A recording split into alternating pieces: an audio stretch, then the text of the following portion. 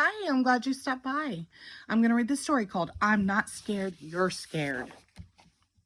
There once was a bear who was easily scared. Each night before going to sleep, he would tie a bell to his door that would make a noise if anyone tried to sneak in. Because even a bear who is easily scared is a very heavy sleeper. He was even afraid of his own reflection. And because he couldn't see himself, he never brushed well and always had food stuck in his teeth. When you're a scared bear with food in your teeth, you don't have many friends. Bear had one, Rabbit. Rabbit was never scared. She read scary stories. She slept with her door wide open. And she brushed her teeth while hanging from a tree branch by her ears. This gave her very strong ears. One day, Rabbit made an announcement. Bear, we are going on an adventure. Bear suggested that instead of going on an adventure, they could read a book about adventures. That way, if anything goes wrong, we can just close the book. Rabbit looked at her friend and asked, Bear, are you scared? And Bear replied, I'm not scared, you're scared. And with that, Bear walked past Rabbit and out the front door. Bear stopped to make sure they had everything they needed. Do I need a bike helmet? Bear asked. No, said Rabbit. Do I need oven mitts? No, said Rabbit. Do I need bear repellent spray? You're a bear, said Rabbit. After walking a while, they came to a small stream. It looks deep, said Bear. It's not deep, said Rabbit. It looks cold, said Bear. It's not cold, said Rabbit. It looks like it's filled with fish who have very sharp teeth, the kind of fish who would like nothing more than to nibble at the ankles of a delicious bear. Rabbit looked at her friend and asked again, Bear, are you scared? I'm not scared, you're scared.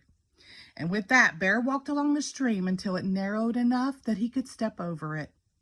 There he found Rabbit, who had fallen asleep while waiting for him.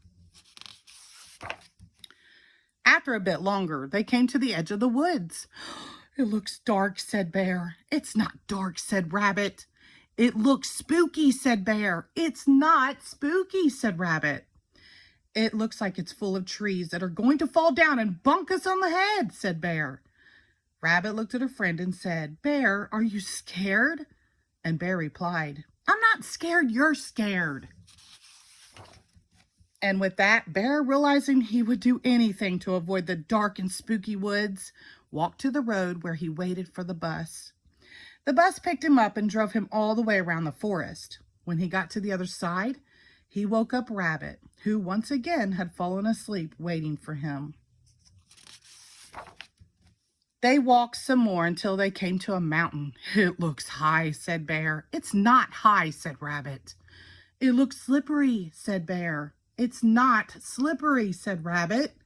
It looks like one of the rocks will fall and roll and land on my paw, said Bear. Rabbit looked at her friend and just had to ask, Bear, are you scared? And Bear replied, I'm not scared, you're scared.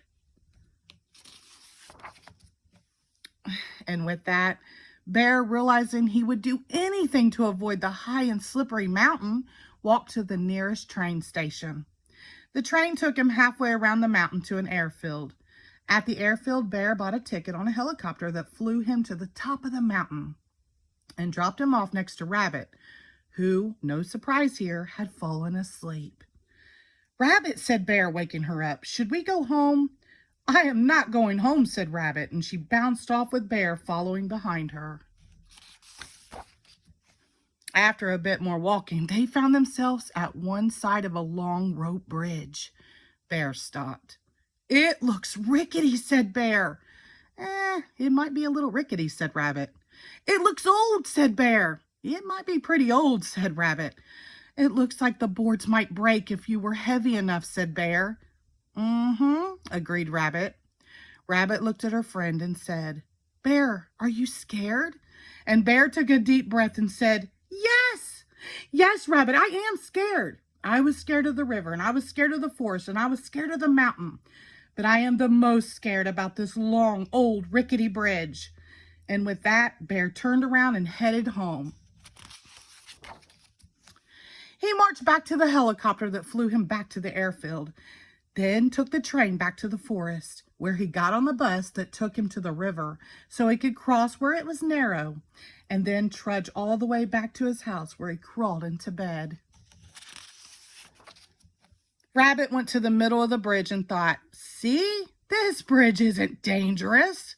It's a good bridge." And to prove it, she started to jump up and down, and then she jumped harder, and then she jumped harder than she had ever jumped in her life. And then the board she was jumping on cracked in half, and Rabbit fell right through the hole in the bridge. Lucky for Rabbit, she had very strong ears, but she knew she wouldn't be able to hold on forever. And because of this, Rabbit, for the first time in her life, was scared. Now, Bear and Rabbit hadn't noticed, but throughout their journey, they had been followed by a small bird. Bird realized she had to get help, so she flew as fast as she could all the way to Bear's house. Bird flew in Bear's window and started chirping as loud as she could, but Bear didn't wake up, because even bears who are easily scared are very heavy sleepers. Bird was about to give up when she saw the bell on the doorknob. Bird put her head inside it and shook it as hard as she could. Ding, ding, ding! Bear jumped out of the bed to hear Bird yell, "Rabbit has fallen through the bridge and she needs your help." And in that moment, Bear felt something he had never felt before: courage. He was so worried his friend He was so worried about his friend that instead of staying home where it was safe, he ran out the door faster than any bear had ever run before. When Bear reached the stream, he ran right through it. It only came up to his ankles. When he came to the forest, he ran right through it. It was only 3 trees. And when he came to the mountain, he didn't even think about taking a train and a helicopter. He just climbed right up it. It wasn't very high. Meanwhile, Rabbit was now hanging on with only one ear. She could feel it slipping too, and just as she lost her grip, Bear grabbed her by the ear and lifted her to safety. "Bear, were you scared?" asked Rabbit. And Bear said, with pride and honesty, "Rabbit, I was scared." "I was scared too," said Rabbit. And Bear smiled and said, "Sometimes it's okay to be scared." That night when Bear brushed his teeth, he didn't hide from his reflection. He looked right at it.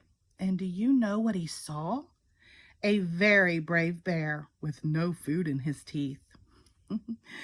The end. Thank you.